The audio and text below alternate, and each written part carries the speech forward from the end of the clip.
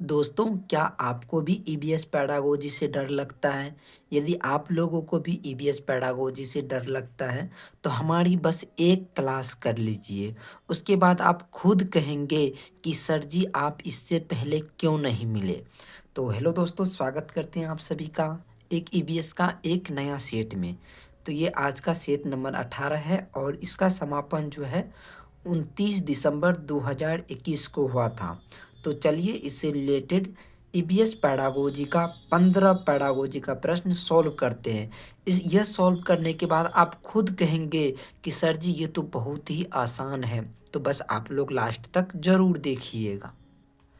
तो चलिएगा दोस्तों, बिना लेट किए हुए आज के क्लास को स्टार्ट करते हैं।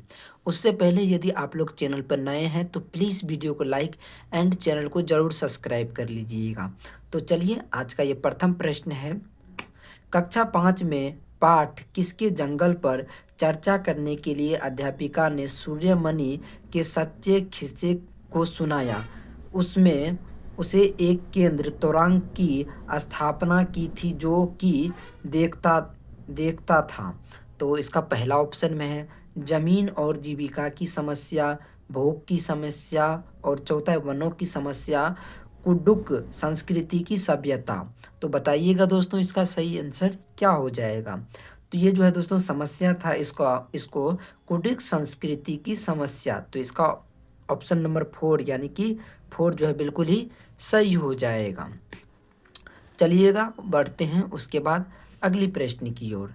अगला प्रश्न है निम्नलिखित में से किसे सहयोग भावना से कार्य करने का अभिप्राय सीखा जा सकता है। तो पहला ऑप्शन में परिवार, खेल और परिवार, परिवार, समाज और खेल, प्रतियोगिताएं और आयोजित करना। तो इसमें बोल रहा है कि सहयोग द्वारा। तो सहयोग द्वारा जो है दोस्तों बच्चे परिवार से भी सीखते हैं, समाज और खेल से भी सीखते हैं। तो इसका ऑप्शन नंबर 3 जो है वो बिल्कुल सही हो जाएगा। चलिएगा बढ़ते हैं उसके बाद अगली प्रश्न की ओर, जो कि अगला प्रश्न है निम्नलिखित में से कौन सा सामाजिक कीट नहीं है। तो नेगेटिव ध्यान रखिएगा। तो सामाजिक कीट इसमें से कौन नहीं है। तो चींटियाँ तो एक सामाजिक कीट है जो कि एक लाइन में चलते हैं। दीमक भी है और मधुमक्खी भी है। तो ये जो है दोस्तों भृंग, ये जो है इसका ऑप्शन नंबर 3 बिल्कुल सही हो जाएगा। भृंग जो है एक सामाजिक कीट नहीं है। तो इसका ऑप्शन नंबर 3 बिल्कुल ही सही हो जाएगा। चलिएगा बढ़ते हैं उसके बाद अगली प्रश्न की ओर। बलसार शहर हैदराबाद शहर यानी कि तेलंगाना राज्य के सापेक्ष किस दिशा में स्थित है। तो ये प्रश्न तो दोस्तों मानचित्र से रिलेटेड है, लेकिन इसका सही आंसर जो हो जाएगा वो ऑप्शन नंबर 4 यानी कि उत्तर पश्चिम के दिशा में है। तो इसका ऑप्शन नंबर 4 बिल्कुल सही हो जाएगा। चलिएगा दोस्तों उसके बाद अगली प्रश्न की ओर। उससे पहले दोस्तों यदि आप लोगों को चीज़ें अच्छी लग रही है और समझ में आप लोगों को अच्छे से आ रहा है तो प्लीज़ एक लाइक आप लोग ज़रूर करिएगा एंड चैनल को ज़रूर सब्सक्राइब कर लीजिएगा, क्योंकि जब तक आपका सीटेट का एग्ज़ाम नहीं हो जाता तो तब तक यह आपका क्लास चलने वाला है। तो अगला प्रश्न है निम्नलिखित में से कौन सी मुद्रा अबू धाबी में प्रचलित है। यानी कि अबू धाबी में जो है कौन सा मुद्रा जो है प्रचलित है। डॉलर, रुपये, टका और दिरहम। तो दोस्तों अबू धाबी में जो है वह दिरहम प्रचलित है। तो इसका ऑप्शन नंबर 3 बिल्कुल ही सही हो जाएगा। चलिएगा बढ़ते हैं उसके बाद अगली प्रश्न की ओर। अगला प्रश्न है चेराओ नृत्य में व्यक्ति बांस की डंडियों को पकड़कर युग्मों में एक दूसरे के आमने सामने जमीन पर बैठते हैं। जैसे ही ढोल बजते हैं बांस को जमीन पर पीटा जाता है। नर्तक बांस की डंडियों के अंदर और बाहर पैर रखते हैं यानी कि कूदते हैं, ताल पर नाचते हैं। निम्नलिखित में से कहाँ पर चेराओ नृत्य किया जाता है। तो बताइएगा दोस्तों इसका सही आंसर क्या हो जाएगा। तो दोस्तों ये चेराओ नृत्य जो है ये मिजोरम में होता है। तो इसका ऑप्शन नंबर 2 जो है बिल्कुल ही सही हो जाएगा। और दोस्तों ये 15 में आप लोग खुद से कितना सॉल्व कर पाते हैं वो आप लोग कमेंट करके ज़रूर बताइएगा। चलिएगा बढ़ते हैं अगले प्रश्न की ओर। अगला प्रश्न है छत पर वर्षा के पानी का संचयन करके भूमजल को पुनः संशोधित किया जाता था। इस पारंपरिक विधि का उपयोग निम्नलिखित में से किस राज्य में किया गया था? तो बताइएगा इसका सही आंसर क्या हो जाएगा। छत पर वर्षा के पानी को जो संचित किया जाता है दोस्तों, वह राजस्थान में किया गया था। तो इसका ऑप्शन नंबर 2 जो है बिल्कुल ही सही हो जाएगा। दोस्तों क्वेश्चन आसान है, लेकिन ये सीटेट में बार बार पूछा गया है, इसको आप लोग ध्यान रखिएगा। तो चलिएगा बढ़ते हैं उसके बाद अगले प्रश्न की ओर। भारत के निम्नलिखित राज्यों में से ब्रह्मपुत्र नदी कहाँ से होकर बहती है? तो ब्रह्मपुत्र जो है दोस्तों असम और मिजोरम, मेघालय, अरुणाचल प्रदेश और असम, त्रिपुरा और मणिपुर कहाँ से बहती है ब्रह्मपुत्र नदी? तो ये जो है दोस्तों अरुणाचल प्रदेश और असम से बहता है। तो इसका ऑप्शन नंबर 3 बिल्कुल सही हो जाएगा। चलिएगा बढ़ते हैं उसके बाद अगली प्रश्न की ओर। तो अगला प्रश्न है, भावी पीढ़ी के समाजीकरण में परिवार की महत्वपूर्ण भूमिका होती है, इस परिस्थिति में परिवार माध्यम है। तो पहला ऑप्शन है प्राथमिक समाजीकरण का, द्वितीयक समाजीकरण का, प्राथमिक और द्वितीयक समाजीकरण का, तृतीयक समाजीकरण का। तो ये जो है दोस्तों भावी पीढ़ी के समाजीकरण में परिवार की जो भूमिका है वह प्राथमिक समाजीकरण का है। परिवार एक प्राथमिक समाजीकरण के अंतर्गत आता है, यह आप लोगों को पता होगा। तो इसका ऑप्शन नंबर 1 जो है बिल्कुल ही सही हो जाएगा। चलिएगा उसके बाद बढ़ते हैं अगली प्रश्न की ओर। अगला प्रश्न है दोस्तों, वातावरण को बचाने की आवश्यकता के लिए हुई कई आंदोलन का समर्थन मिला है। निम्नलिखित में से किसने 1970 के चिपको आंदोलन में निर्णायक भूमिका निभाए हैं? वंदना शिवा, सुंदरलाल बहुगुणा और मेघा पाटकर, चौथा है बाबा आम्बेडकर होगा।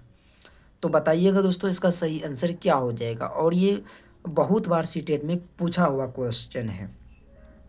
तो दोस्तों चिपको आंदोलन में जो है 1970 में निर्णायक भूमिका जो निभाए थे वह सुंदरलाल बहुगुणा ने निभाया था।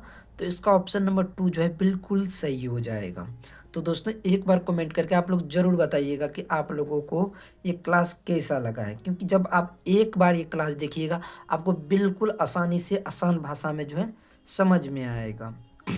अगला प्रश्न है, महाराष्ट्र, मध्य प्रदेश और गुजरात में बड़े बांधों के निर्माण के कारण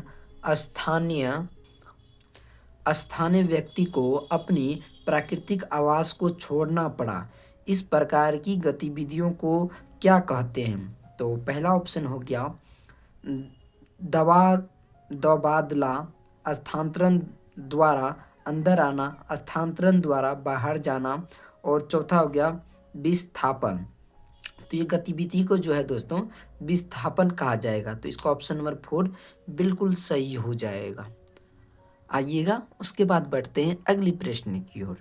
अगला प्रश्न है, हम पके हुए भोजन को खुला या बिना फ्रिज में रखे लंबी अवधि के लिए नहीं छोड़ना चाहिए। निम्नलिखित में से कौन सा कारण पके हुए भोजन को बेकार करने के लिए जिम्मेवार है?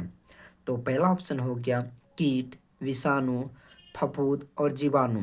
तो ये जो है दोस्तों भोजन को बेकार करने के लिए जो जिम्मेदार होगा वो होगा जीवाणु। तो इसका ऑप्शन नंबर 4 जो है बिल्कुल सही हो जाएगा। चलिएगा बढ़ते हैं उसके बाद अगली प्रश्न की ओर। अगला प्रश्न है, प्रत्येक भोज्य पदार्थ के पैकेज पर उसे बंद करने की तिथि दी जाती है क्योंकि? तो पहला ऑप्शन में प्रत्येक भोज्य पदार्थ की अपनी स्वयं की आयु होती है, जो कि बिल्कुल सही है। और दूसरा हो गया भोज्य पदार्थ के प्रक्रम और पैकिंग की अवधि में कई परिरक्षकों का उपयोग किया जाता है, ये भी बिल्कुल सही है। उसके बाद तीसरा ऑप्शन में है कुछ निश्चित समय के पश्चात इसमें रोगाणु उत्पन्न हो जाते हैं जो इसको खराब कर देंगे, ये भी बिल्कुल ही सही लग रहा है। और अगला ऑप्शन है, हमें उन भोज्य पदार्थों का उपभोग नहीं करना चाहिए जिन पर लिखा हुआ समय समाप्त हो चुका है, जो कि बिल्कुल ही सही है, जिसे ठेठी भाषा में एक्सपायर्ड कहा जाता है इंग्लिश भाषा में।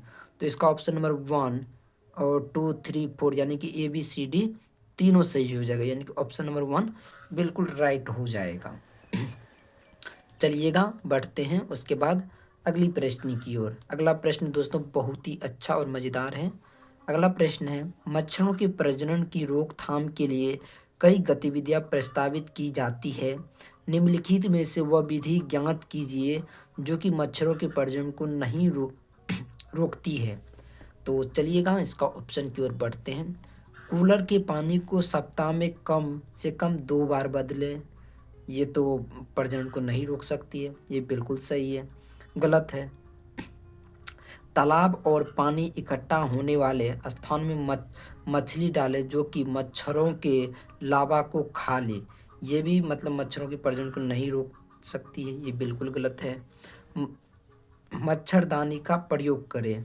और चौथा ऑप्शन में है, यदि किसी स्थान पर पानी इकट्ठा हो गया है तो तेल का छिड़काव करें, तेल से तो मच्छर का प्रजनन को रोक नहीं सकते हैं, ये भी बिल्कुल गलत है।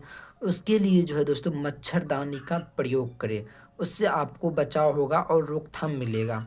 तो इसका ऑप्शन नंबर 3 जो है बिल्कुल सही हो जाएगा। दोस्तों ये आज का मतलब ईबीएस पेडागोजी का आज का ये 15वां प्रश्न है और लास्ट प्रश्न है। इससे पहले जाने से पहले आप लोग ने 15 में खुद से कितना सॉल्व किया है वो आप लोग कमेंट करके एक बार ज़रूर बताइएगा। एंड वीडियो को लाइक, चैनल को जरूर सब्सक्राइब करिएगा। तो चलिए अगली प्रश्न की ओर बढ़ते हैं।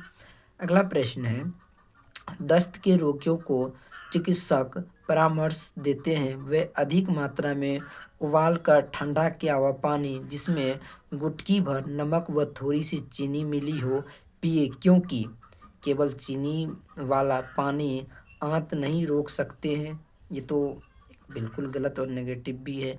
और दूसरा ऑप्शन में है, चीनी और पानी वाला सम्मिश्रीय सरलता से सोखा जा सकता है, जो कि ये बिल्कुल सही है। चलिएगा उसके बाद अगला ऑप्शन है, उबालने पर पानी जीवाणु रहित हो जाता है, ये भी बिल्कुल सही है, यानी कि इसका ऑप्शन नंबर 1 गलत हो जाएगा, एक गलत हो जाएगा जैसे, यानी कि बी सी जो है इसका ऑप्शन 4 बिल्कुल ही सही हो जाएगा। तो दोस्तों ये ईबीएस पेडागोजी का और थ्योरी प्लस का जो 15 क्वेश्चन था, तो ये 15 में आप लोगों ने खुद से कितना सॉल्व किया है, 15 में 14, 15 में 13, 15 में 12, तो वो आप लोग कमेंट करके ज़रूर बताइएगा। तो आज के सेट में इतना ही, और आप लोगों को ये क्लास कैसा लगा और समझ में आया कि नहीं वो आप लोग कमेंट करके ज़रूर बताइएगा। तो मिलते हैं एक नया सेट के साथ, तब तक के लिए बाय, लाइक एंड सब्सक्राइब।